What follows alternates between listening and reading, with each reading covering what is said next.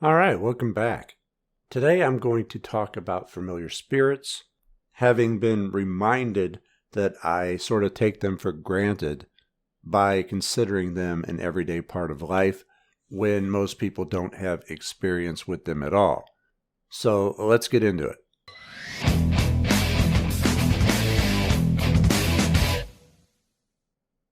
All right, so what is a familiar spirit? Well, it's exactly what it sounds like. It's a spirit that's familiar to you, or rather, you're familiar to the spirit because it likes to hang around you. It's friendly and it gives you information, at least in my experience. Now, somebody else's experience with familiar spirits may be completely different than mine. I'm not saying that my experience is the only experience, but in my experience, my familiar spirits, they tell me things. And I'll give you a few examples. In fact, I've given one before, like the time that my girlfriend tried to surprise me with St. Louis Rams tickets when the Rams were in St. Louis. And she called me up from her work after winning them in a raffle or something. And she says, "I have a surprise." And I'm like, "Yeah, Rams tickets." Now, how did I know that? Because I was told that before she called me.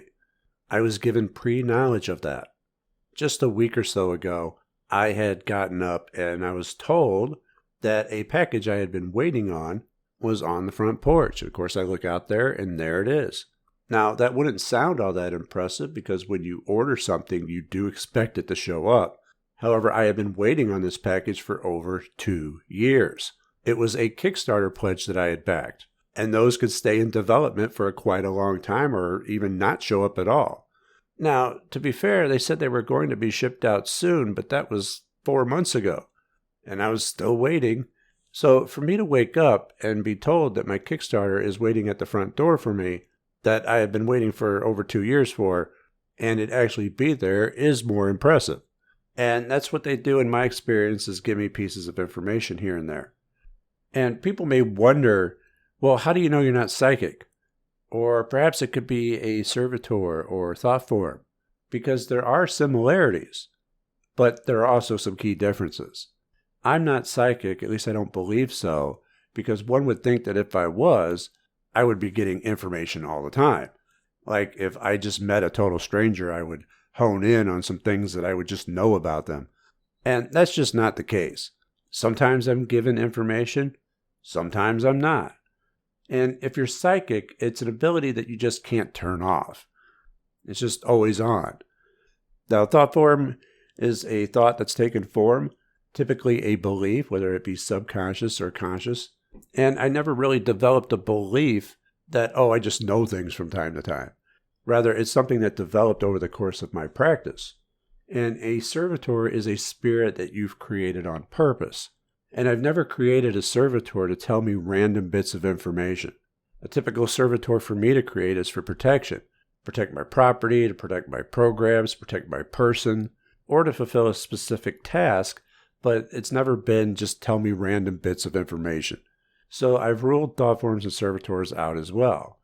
Now, it could be likely that it's just something that has developed over the course of my practice, having meditated a lot over all these years, that the cross-communication between my subconscious and my conscious mind has gotten to a stage where I just pick up on random things. Not full-blown psychic, just random pieces of information that pop in. I know that the information isn't coming from my conscious side of the mind, at least, because of my experience with magic and the way I know things pop into your head. That isn't stemming from the conscious mind. I've always attributed it to familiar spirits because spirits relate to the element of air, and air also corresponds with thoughts. Spirits are really good at putting thoughts into your head. That's what they excel at. And so it would be relatively easy for a familiar spirit to put relevant information into your mind. And I'm not really sure that there's much of a difference anyway, whether the information's coming from the subconscious mind or from a familiar spirit. They may be one and the same. See, many people think that spirits are something outside of themselves, but not always.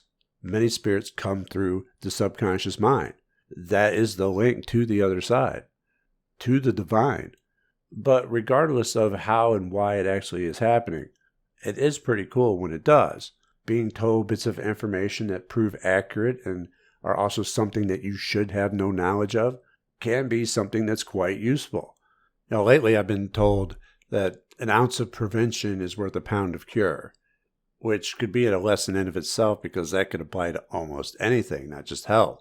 For example, I just had to take apart a rather large table and put the tabletop up on its side for a while, so I had to go get a canvas painter's tarp to put on the floor so that I wouldn't scratch up the side of the table. An ounce of prevention is worth a pound of cure. So I've been more cautious with things as of late, taking some necessary preventative measures before completing some tasks. But how do we even come about acquiring familiar spirits? Well, as I said before, in my experience, it's just something that came about during the course of my practice. The more grades that I pass, the more meditation that I have done, the more often and better quality of information that I would have coming to me.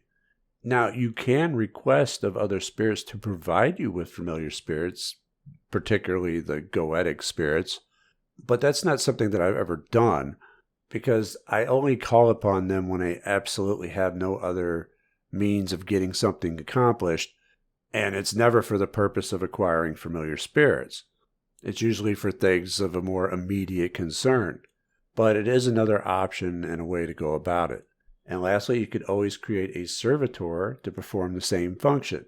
It wouldn't be the same thing per se, but you can create one for the purpose of acquiring information. It is yet another way for those not wanting to spend the time and hassle on the first two options. And as it happens, I do have a program that will guide you through the creation of servitors. Thought Forms and Servitors is the program that's going to bring you from having to do magic all the time for your results to putting your magic on autopilot for constant success. When you master this program, it's like having your own little army of helpers to do things for you, and fully programmable to do your bidding. We're going to talk about the differences between thought forms, egregores, and servitors, how to avoid accidentally creating thought forms that work against you, breaking looping patterns of thought, and how your thoughts produce your results, a ritual to call upon your ancestors for assistance, how to do the sign of the Emperor and the sign of silence, how to properly plan your servitors, and a step-by-step guide in creating them.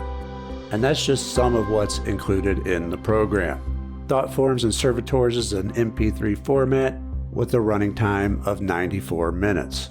So if you want to put your magic on autopilot and see constant results, Thought Forms and Servitors is the program for you. You can get Thought Forms and Servitors and other Mind and Magic programs over at mindandmagic.com today.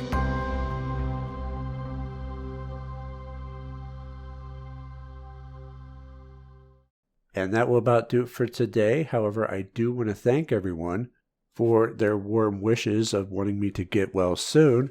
And it is very much appreciated, but I have been better for a while. And that is because if you're watching on YouTube, you're about a month or two behind those with memberships on YouTube, Patreon, and Subscribestar.